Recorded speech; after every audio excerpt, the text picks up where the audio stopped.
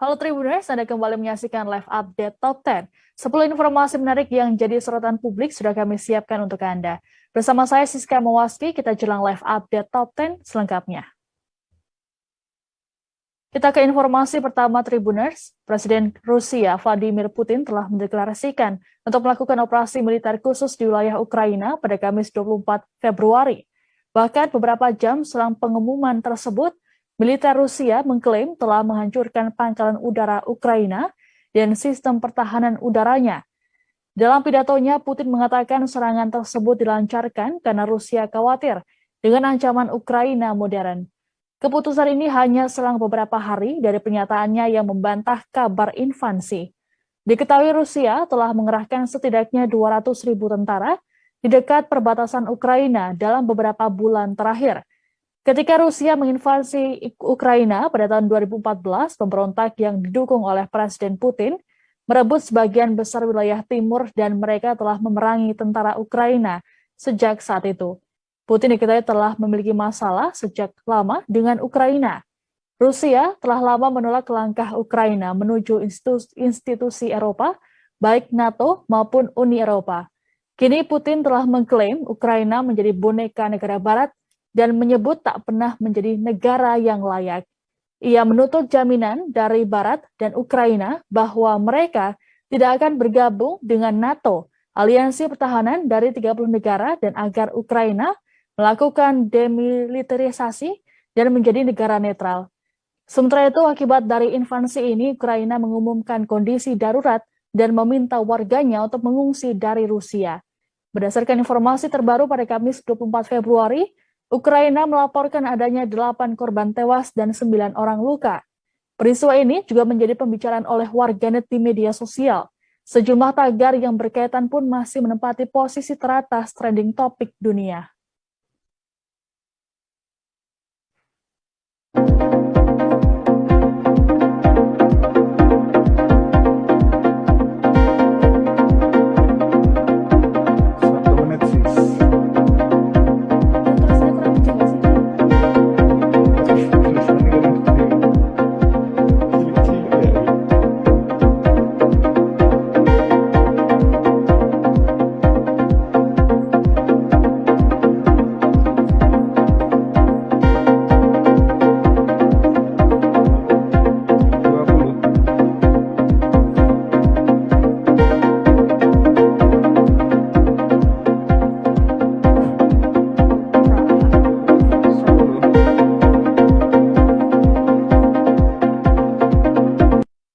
Baru-baru ini, publik sedang ramai memperbincangkan soal pernyataan Menteri Agama Yakut Khalil Qomas soal aturan pengeras suara masjid.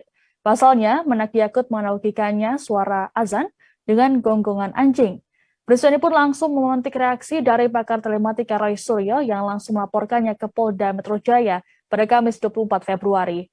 Melalui laman media sosialnya, Roy Suryo mengaku terkejut dengan ucapan dari Menak. Roy Suryo pun melaporkan Menak dengan dugaan penistaan agama. Namun, laporan tersebut ditolak oleh Polda Metro Jaya. Roy Suryo mengatakan alasan penolakan adalah terkait lokus delikti atau lokasi kejadian.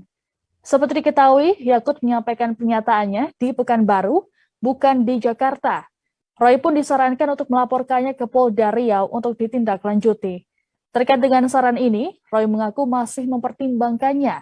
Ia pun menyarankan pihak ataupun masyarakat di Pekanbaru untuk melaporkan Menak ke kepolisian setempat. Tak hanya itu, Roy juga mengaku siap dijadikan sebagai saksi ahli dalam bidang informasi dan teknologi. Sementara itu, pihak Kemenak sudah memberikan klarifikasinya terkait dengan pernyataan Yakut. PLT Kepala Biro Humas Data dan Informasi Kemenak Tobib Al-Asyar menegaskan Yakut tak membandingkan suara azan dengan suara anjing. Tobib menjelaskan suara keras yang muncul hampir bersamaan justru akan menimbulkan kebisingan. Untuk itu, Kemenak mengeluarkan edaran soal pedoman penggunaan pengeras suara.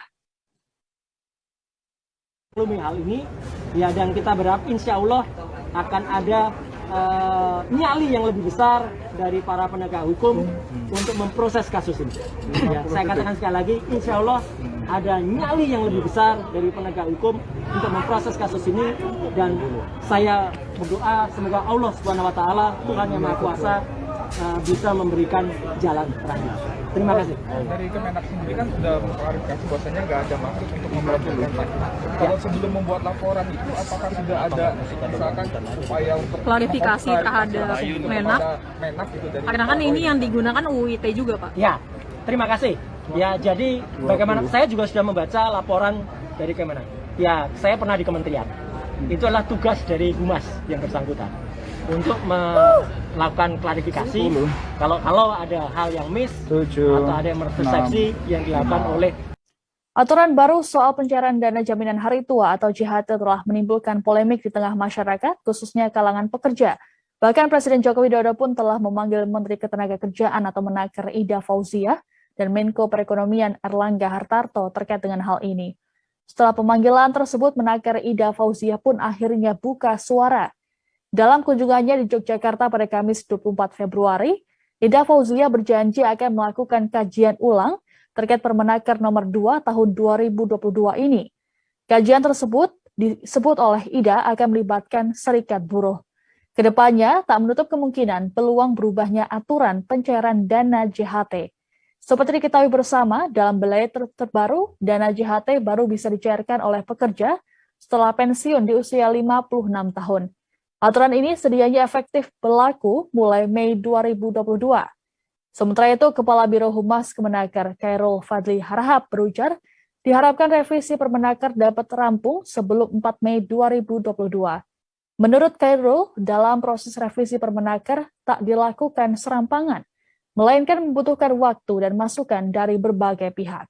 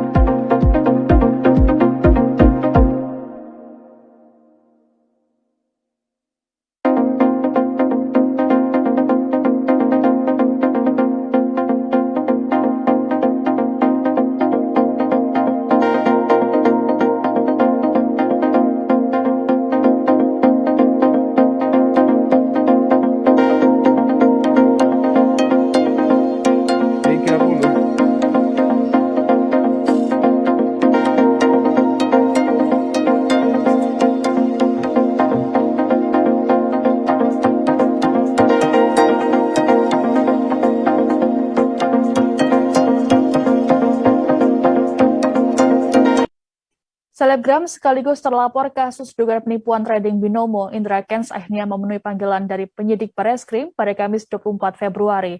Sempat beredar kabar bahwa Indra Kents telah ditetapkan sebagai tersangka, namun polisi pada Kamis 24 Februari memastikan bahwa pria berjuluk Crazy Rich Medan itu masih berstatus saksi terlapor. Hal serupa juga disampaikan oleh kuasa hukumnya, Warda Niman Larosa, saat dikonfirmasi. Berdasarkan pantauan di lapangan, Indra Kents datang sekira pukul 13.10 WIB di gedung Bareskrim Polri Jakarta Selatan. Indra Kents tampak memakai topi dan berkemeja hitam. Tak banyak komentar yang ia sampaikan ke awak media yang sudah menunggu. Kehadirannya ditunggu oleh sejumlah pihak, terlebih pada Jumat pekan lalu, dirinya tak jadi datang dengan alasan berobat ke luar negeri. Sementara itu, sejumlah pelapor Indra Kents diketahui turut menunggu kedatangan selebgram tersebut. Lantaran kala itu Indra Kents tak kunjung muncul, para pelapor sempat mendesak polisi untuk menjemput paksa apabila kembali mangkir. Selain Indra Kents, 3 korban aplikasi Binomo juga dijadwalkan menjalani pemeriksaan pada hari yang sama. Dalam agenda, mereka dijadwalkan menyerahkan sejumlah kelengkapan barang bukti. Terus mengawal perkara ini dan mengingat hari ini adalah pemeriksaan terlapor saudara Ika. Korban terus mengawal dari jam 8 pagi tadi sudah standby di Barreskrim untuk terus melihat perkembangan, tapi kami cukup sangka sampai jam 12 ini berdasarkan informasi saudara terlapor atau Ika masih belum tiba di Barreskrim, sehingga para korban menyampaikan kekecewaannya dan berharap Barreskrim terus mendesak agar hari ini terlapor bisa hadir di Setelah mengejutkan publik soal rencana maju sebagai calon presiden pada 2024 mendatang, kini Ketua Umum Partai Solidaritas Indonesia atau PSI Giring Ganesha membawa kabar sebaliknya. Giring menyatakan mundur dari bursa Capres 2024. Pernyataannya ini ia sampaikan dalam video yang diunggah oleh kanal YouTube PSI pada Kamis 24 Februari. Giring beralasan dirinya belum tepat untuk maju sebagai calon presiden di Pilpres 2024. Terlebih ia mendengar banyak masyarakat yang masih menghendaki Presiden Joko Widodo untuk kembali memimpin Indonesia. Menurutnya, ini merupakan fakta yang terjadi di lapangan sekaligus aspirasi masyarakat. Sayangnya, keinginan masyarakat berbenturan dengan konstitusi bahwa presiden hanya bisa menjabat selama 2 periode. Giring mengungkapkan, berdasarkan risetnya di lapangan, masyarakat banyak yang menyebut Jokowi sebagai tokoh ideal sebagai pemimpin. Menurutnya, ini merupakan fakta yang terjadi di lapangan sekaligus aspirasi masyarakat. Oleh sebab itu, dengan penuh kesadaran, Giring kemudian menjadikan hal itu pertimbangan matang untuk menentukan kesiapan maju dalam Pilpres 2024. Tak lupa, Giring juga menyampaikan ucapan terima kasih kepada seluruh dukungan terhadap dirinya menjadi capres. Ia mengaku setelah pengumuman mundur, dapat lebih fokus membangun PSI ke depannya. Secara khusus, Giring ingin PSI melenggang ke Senayan sebagai partai parlemen. Indonesia yang ternyata masih menghendaki sosok Jokowi untuk memimpin Indonesia. Ini adalah fakta di lapangan. Bukan video ilustrasi. Sekaligus aspirasi masyarakat yang sangat mencintai Jokowi. Namun, dibatasi oleh konstitusi bahwa presiden hanya bisa dijabat selama 2 periode terakhir ini. Nama Ketua Jokowi Mania, Immanuel Ebenezer, belakangan menjadi sorotan seusai hadir sebagai saksi meringankan terdakwa kasus terorisme Munarman. Ebenezer hadir dalam sidang yang digelar di Pengadilan Negeri Jakarta Selatan. Maksud kami Negeri Jakarta Timur. Dalam nyataannya, Ebenezer mengaku secara sadar mengajukan diri sebagai saksi untuk Munarman. Ebenezer menilai bahwa penangkapan Munarman ada muatan politis. Menurutnya, Munarman pernah mengutuk segala perbuatan teror di beberapa tempat termasuk gereja di Cinere hingga Surabaya. Terlebih Munarman juga disebutnya memiliki kedekatan dengan mantan Kapolri yang kini menjabat sebagai Menteri Dalam Negeri Tito Karnavian. Lantas siapakah sosok Ebenezer? Diketahui saat ini dirinya menduduki jabatan Komisaris Independen PT Mega Eltra. Immanuel Ebenezer pernah dilaporkan Presidium Alumni 212 ke Polda Metro Jaya atas dugaan ujaran kebencian. Ia juga kerap melontarkan pernyataan terkait dengan pejabat yang dinilai harus mundur atau dirombak. Selain menjadi ketua Jokowi Mania, Ebenezer juga menjadi ketua Ganjar Pranowo Mania. Kelompok ini mendeklarasikan Ganjar untuk maju dalam Pilpres 2024 mendatang. Terbaru, Ebenezer melaporkan dosen Universitas Negeri Jakarta atau UNJ, Ubedillah Badrun, yang melaporkan putra Presiden Joko Widodo, Gibran Raka Buming Raka, dan Kaisang Pangarep ke KPK.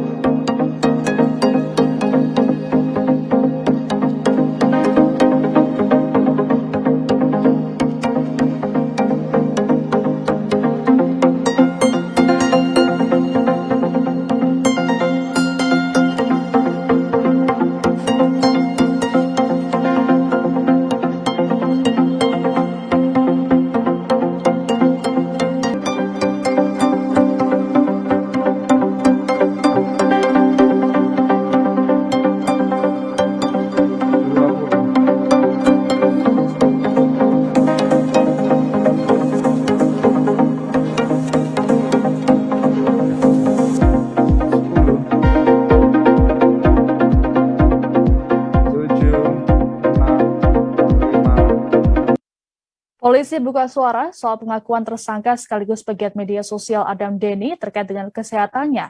Adam Denny sempat mengaku bahwa dirinya terjangkit banyak penyakit saat berada dalam tahanan.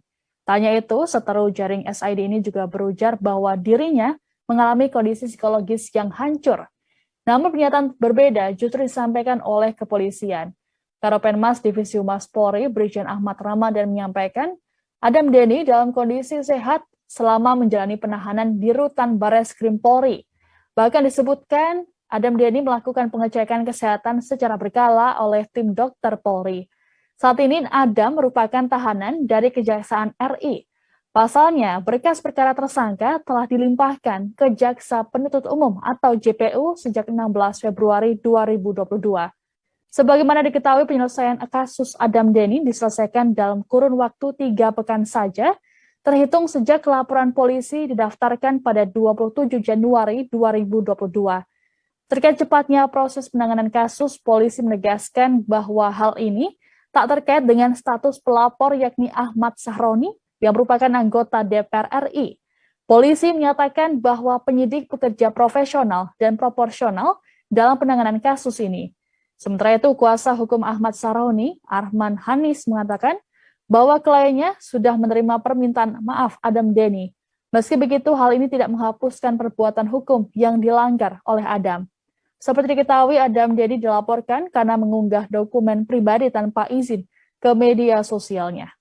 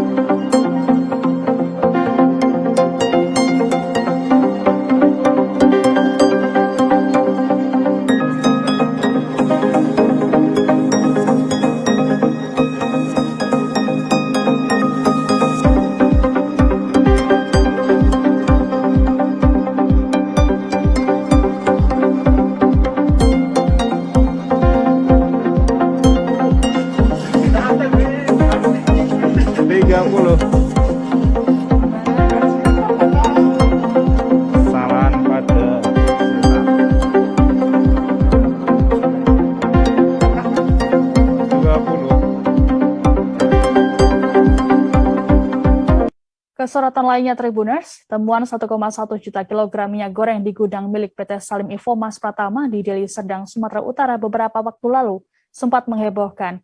Muncul dugaan soal adanya penimbunan minyak goreng di tengah kelangkaan yang ada di pasaran. Terbaru Polda Sumut menyatakan bahwa temuan ini bukanlah penimbunan. Kapolda Sumut Irjen Pol Pancaputra Simanjuntak dalam keterangannya pada Rabu 23 Februari sore mengungkapkan hasil penyelidikan pihaknya. Panca memastikan bahwa kegiatan produksi minyak goreng yang berkaitan dengan masyarakat berjalan dengan baik. Pihak Satgas Pangan Sumut juga telah melakukan pengecekan dan audit, mulai dari pembukuan gudang, bahan baku produksi, hingga distribusi minyak goreng. Panca menjelaskan berdasarkan Peraturan Presiden Nomor 71 Tahun 2015 Pasal 11, tertulis bahwa yang disebut dengan penimbunan barang apabila dilakukan melebihi 3 kali besaran distribusi yang seharusnya rata-rata per bulan. Hal yang sama juga diutarakan oleh Gubernur Sumut Edi Rahmayadi. Edi mengklarifikasi pernyataannya beberapa waktu lalu yang menyebut temuan itu adalah penimbunan.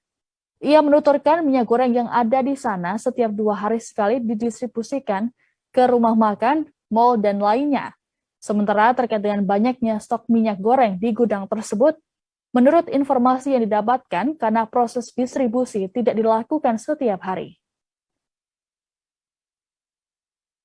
Semua kita cek oleh Satgas Pangan, teman-teman sekalian, dan kita melihat bahwa dari pendalaman saya mendapat laporan dari teman-teman bahwa untuk perusahaan ini itu memerlukan distribusi sebanyak 94.000 per bulan. Rata-rata kebutuhannya. Ini diteruskan, nanti silakan ditanya kepada pemilik usaha dan nanti akan ditambahkan oleh Pak Kepala Biro. 94.000. yang kita temukan 92.000, teman-teman sekalian. Semua kita cek oleh Satgas Pangan, teman-teman sekalian, dan kita melihat bahwa dari pendalaman saya mendapat laporan dari teman-teman bahwa untuk perusahaan ini itu memerlukan distribusi sebanyak 94.000 per bulan rata-rata kebutuhannya. Ini diteruskan, nanti silakan ditanya kepada pemilik usaha dan nanti akan ditambahkan oleh Pak Kepala Biro. 94.000. Yang kita temukan 92.000, teman-teman sekalian. Nah, berdasarkan peraturan Presiden nomor 17 tahun 2015, nomor 71 tahun 2015.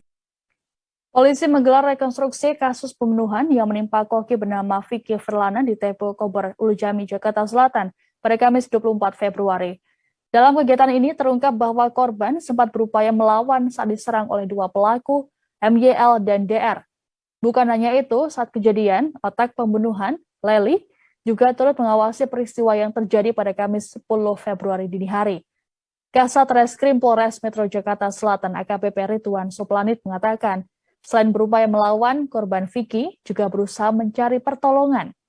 Melihat kondisi korban yang belum tewas, seorang pelaku yakni DR mencekik Vicky hingga tak bernyawa.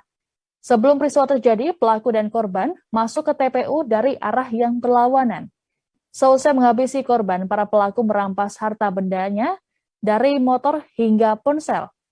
Saat rekonstruksi berlangsung, para pelaku mendapat sorakan dan teriakan dari warga setempat yang menyaksikan. Warga juga terdengar menertawakan pelaku yang berjalan pincang karena mendapat tembakan di kaki saat penangkapan. Kasus ini terjadi karena otak pembunuhan merasa cemburu dengan korban dan kekasihnya. Pelaku diketahui memiliki hubungan sesama jenis dengan kekasih korban. Selain itu, pelaku mengaku juga kesal dengan sikap korban yang meminjam motor hingga rusak. Leli kemudian menyewa 2 eksekutor dan membayar mereka masing-masing 1 juta rupiah.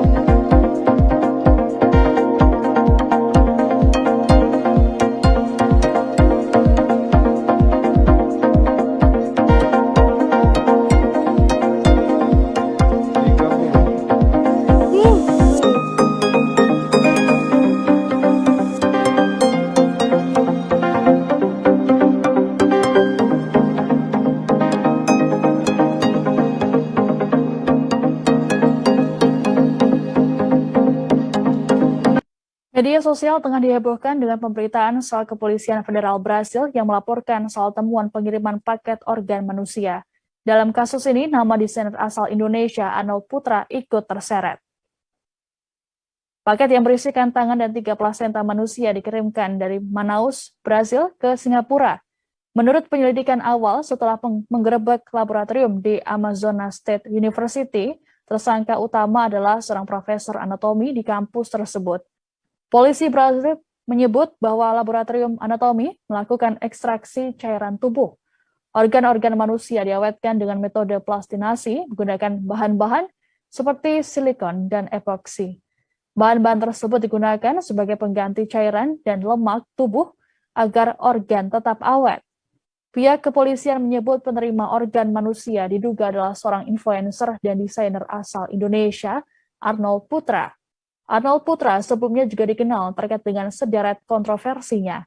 Pada tahun 2020, Arnold Putra menghebohkan publik dengan aksinya membuat tas dari tulang belakang manusia dan lidah buaya.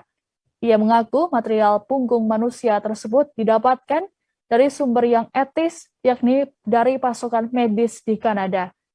Menanggapi dengan peristiwa ini, Kepala Divisi Humas Polri Irjen Dede Prasetyo mengatakan pihak Interpol Jakarta akan melakukan koordinasi dengan Interpol Brazil. Kita belum mendapat informasi dari perwakilan Brazil ya.